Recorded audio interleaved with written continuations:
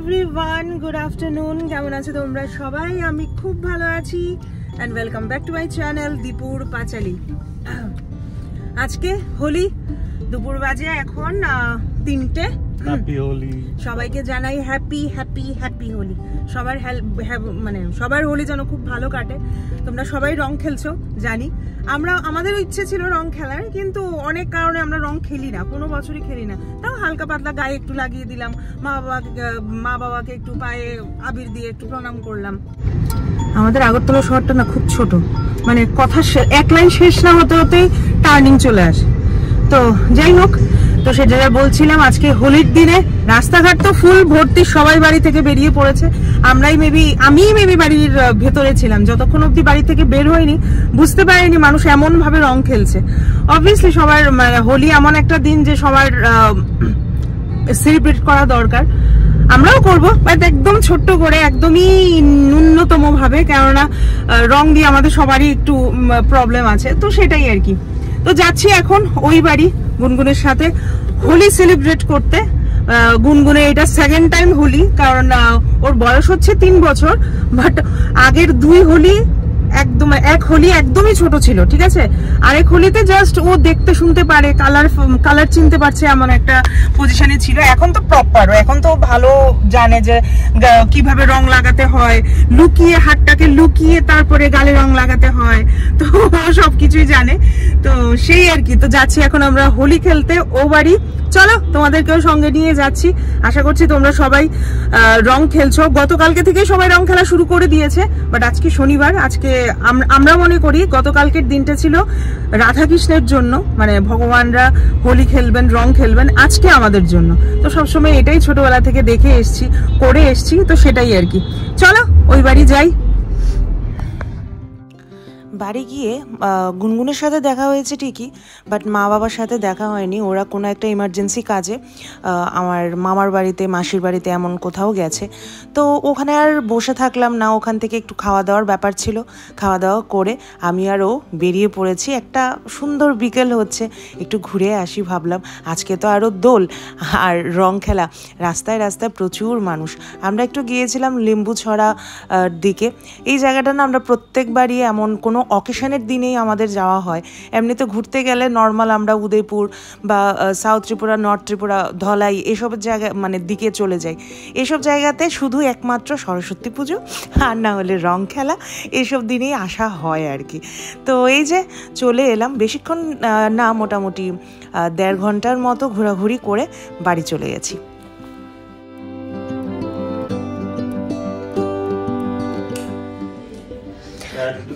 চলে এসছি বাড়ি।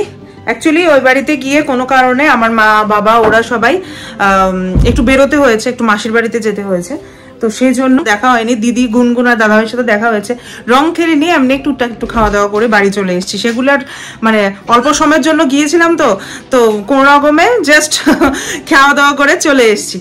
তো এখন এসছি বাড়ি, বাজে বাইরে হালকা হালকা সন্ধে হচ্ছে, বাজে এখন 5:30 বা 5:45 হবে অলমোস্ট। হোলি রং খেলিনি বটেই, বাট হোলির দিন তো সবার বাড়িতেই ভালো মন্দ কিছু না কিছু রান্নাবান্না হয়, তাই না? তো বাবিও এসছে, সে কারণে ভাবছিলাম যে কিছু ভালো রান্নাবান্না করি, একটু বিরিয়ানি রান্না করি। চলো রান্নাঘরে যাই। দুপুরবেলায় টুকটাক একটু অ্যারেঞ্জমেন্ট করে রাখতে বলেছিলাম, তো দেখি কতটুকু কি হয়েছে। চলো, এখানে বিরিয়ানির ভাত রেডি। এখানে বেরেস্তার জন্য পেঁয়াজ কুচি করে রেখেছে,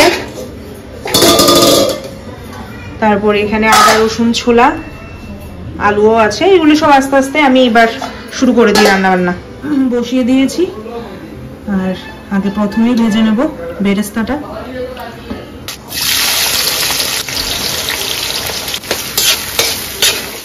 বিরিয়ানির রেসিপি তোমাদেরকে আমি এতবার দেখিয়েছি, মাঝে মাঝে ভাবি আমার বাড়িতে যতবার বিরিয়ানি রান্না হয় প্রত্যেকবার যদি তোমাদেরকে দেখাই তোমরা তো বলবে সেম কন্টেন্ট, কিন্তু কি করব বলো, বাড়িতে যা হয় তাই তো তোমাদের কাছে শেয়ার করি। আজকেও তার অন্যথা কেন হবে। তো আজকে একটা স্পেশাল দিন বিরিয়ানি হচ্ছে বাড়িতে, আর তোমাদের কাছে শেয়ার করবো না তা হতে পারে না।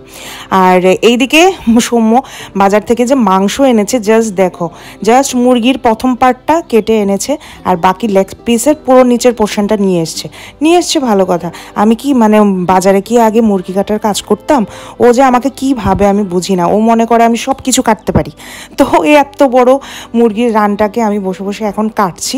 কষ্ট হয়নি, আমার কাছে ভালো ভালো ছুরি আছে, আমার মানে নাইফের শখ আছে সেটা বলবো না, বাট হ্যাঁ যেটা দরকারি, যেটা আমার মানে নিত্যদিনের জিনিসে লাগে, ওইসব নাইফগুলো আমি আমার ঘরে রাখি। তো এটা দিয়েই ভালোভাবে কেটে নিচ্ছি। একটু পরিশ্রম হয়েছে বটেই, বাট নিজের মন মতো করে বাড়িতে মানে চিকেনের পিস বানানো মানে এটা অন্যরকম একটা ব্যাপার, অন্যরকম একটা ফিলিং। স্পেশালি বিরিয়ানির পিস, বাজারে কিন্তু বিরিয়ানির পিস নিজের মন মতন করে দেয় না, নিজেরটা নিজেরই করতে লাগে আর কি। অনেক পাড়াপাড়ি করে মাংসগুলো কাটলাম। এবার তেল গরম করে দিয়ে দিচ্ছি আস্ত মশলা, এলাচ, দারচিনি, লং, তারপর গোলমরিচ, জায়ফল, জয়িত্রী, স্টার এনিস, তেজপাতা, শুকনো লঙ্কা সব কিছু দিয়ে পেঁয়াজটাকে ভালো করে আমি এবার ভেজে নেব। এই যে এখানে আমি অলমোস্ট লবণ, তারপরে যত রকমের মশলাপাতি আছে সব কিছু দিয়ে দিয়েছি, ধনের গুঁড়ো, লঙ্কার গুঁড়ো, এখন দিচ্ছি আদা রসুন বাটা। অনেকবার তোমাদেরকে দেখিয়েছি রেসিপি, তাই অনেকদিন পরে হচ্ছে আজকে আমাদের বাড়িতে চিকেন বিরিয়ানি। কয়েকদিন তো এক নাগারে শুধু। এই যে দিয়ে দিলাম, ভালো করে কষিয়ে নেবো। দেখতে পাচ্ছ কি অবস্থা আমার? এখনো কিন্তু কিচ্ছু হয়নি, জাস্ট মশলাটা কষাবো মাত্র দিয়েছি। এখানে আলু ভাজা হয়েছে, মাংসগুলো একটু কেটে রেখেছি, আর ভাত তো এখানে আছে। বেশিক্ষণ টাইম লাগবে না, বাট যাই হোক মানে কাজ কিন্তু একদমই মানে এগোয়নি, বাট আমি ঘেমে টেমে একসার হয়ে গেছে। ও এই যে মশলা কষে এসছে, তাড়াতাড়ি করে এবার মাংসগুলো দিয়ে দিই।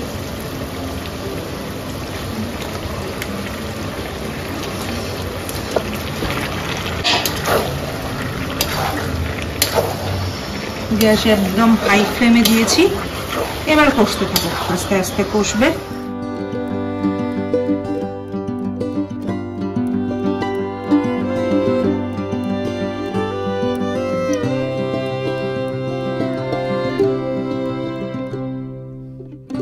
আমার বিরিয়ানির মাংস কষানো হয়ে গেছে।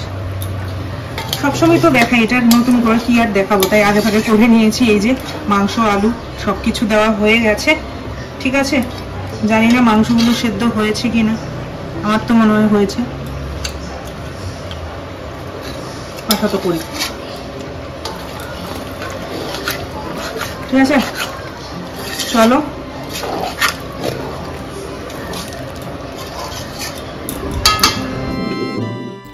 যেহেতু দম বিরিয়ানি হচ্ছে, দম তো দিতেই হবে। আজকে না আমার কাছে না কোনো তেজপাতা আছে, না কোনো কলা পাতা, তাই আমি বিরিয়ানি যেটাতে বসাবো সেটার চারদিকে ভালো করে আমি ঘিটা মেখে নিয়েছি বা গ্রেস করে নিয়েছি। তো দিয়ে দিচ্ছি প্রথমে ভাত, বা অন্য সময় আমি একটু মাংসের তেলটাও দিই, কিন্তু আজকে একটু ভাত দিয়ে ট্রাই করে দেখলাম, দেখি পুড়ে যায় কিনা। এই যে এক এক করে সাজিয়ে দিচ্ছি মাংসগুলো, আর এক একটা লেয়ার দেব। সাথে দেব দুধের মধ্যে মিশিয়ে রাখা একটু ফুড কালার, তারপর কেওড়া জল, গোলাপ জল, বেরেস্তা, সামান্য ভাত যখন ছড়াবো তখন একটু নুন ছিটিয়ে দেব, বিরিয়ানি মশলাটা বানিয়েছিলাম সেটা ছড়িয়ে দেব। এভাবে করতে করতে করতে করতে 3-4টে লেয়ার, তোমাদের যতটুকু পসিবল তোমরা ততটুকু লেয়ার করতে পারো। আমি এখানে 3টে লেয়ার অবধি করেছি। সব থেকে ফার্স্টের লেয়ারে আমি যত বড় বড় পিসগুলো আছে সেগুলো রেখেছি, যেন নিচে পড়ে বিরিয়ানিটা যখন ভাঙা হবে সেগুলো যেন ভেঙে না যায়। আমরা তো আর প্রফেশনাল না, তাই একটু কিছু না কিছু অন্য রাস্তা তো গ্রহণ করতেই হয়। তো আমি বড় বড় পিসগুলো উপরে রেখে দিয়েছি, আর ছোট ছোট যে পিসগুলো ছিল সেগুলো একদম বিরিয়ানির তলায় দিয়েছি। এই যে আমার অলমোস্ট বিরিয়ানির লাস্ট লেয়ার চলছে, এটার উপরেই একটা ভাতের লেয়ার দিয়ে দেবো আমি আলু, বেরেস্তা, আবার হলুদ কালারের যে জলটা ছিল মানে ফুড কালার, কেওড়া জল, দুধ, গোলাপ জল, তেল সব কিছু মিশিয়ে আমি এটার উপর ছড়িয়ে দেব। সাথে কিন্তু আবার গরম মশলা দেব, নুন দেব, বেরেস্তা দেব। আর যে আলুগুলো ছিল আলুগুলো সব থেকে উপরে দেব। আলুগুলোও কিন্তু কেটে যায়, একটু বড় বড় আলু না হলে বিরিয়ানির সাথে খেতে কি ভালো লাগে বলো। তো আলুগুলো আমি উপরেই দিচ্ছি। একদম লাস্টে দিয়ে দেব মিঠা আতর, যেটা ছাড়া বিরিয়ানি আমাদের বাঙালিদের জন্য একদমই ইনকমপ্লিট। তো সেটা দিয়ে সুন্দর দমে বসিয়ে দেব অন্তত 40 মিনিটের জন্য। আমাদের বিরিয়ানি তো অলমোস্ট কি হয়ে গেছে ভাব দেওয়া। এখন আমরা খুলবো। আর এই যে বাবির সাথে দেখা করবো সবাই। হেলো হেলো, এই যে বিরিয়ানি। হ্যাঁ হ্যাঁ হ্যাঁ, গন্ধ পাইছোস? আমি পাই না কেন?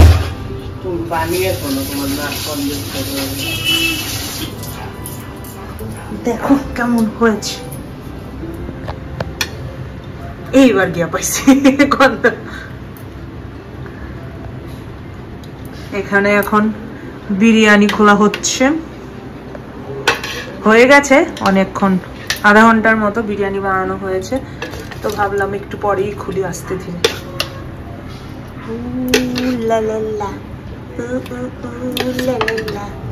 কেমন আছে ভাবি? খুব সাদা আছে, পুরোটা ঘাটি না, একটা সাইডে কর। লেগ পিসটি আমরা 4 জনের 4টে, আর বাকি পিস আছে না নরমাল। ঠিক আছে, মাকে দিয়ে দে। হ্যাঁ হ্যাঁ।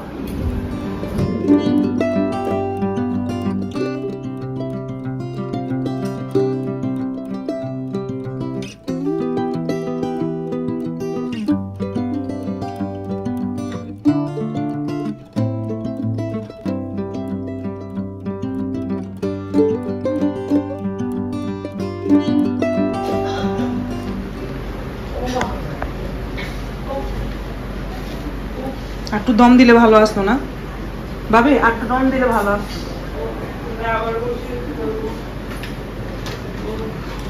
শক্ত শক্ত চালটি বেশি।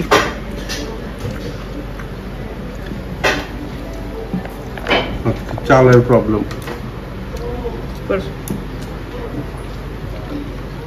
কিসের প্রবলেম? সব জায়গায় চালের প্রবলেম আছে। তো ফাইনালি বলো তোমার কেমন লাগলো বিরিয়ানি? থাল খেয়ে তো তাল খালি করে ফেলেছো, লেগ পিসটাতেও কিছু নেই আর। বলো।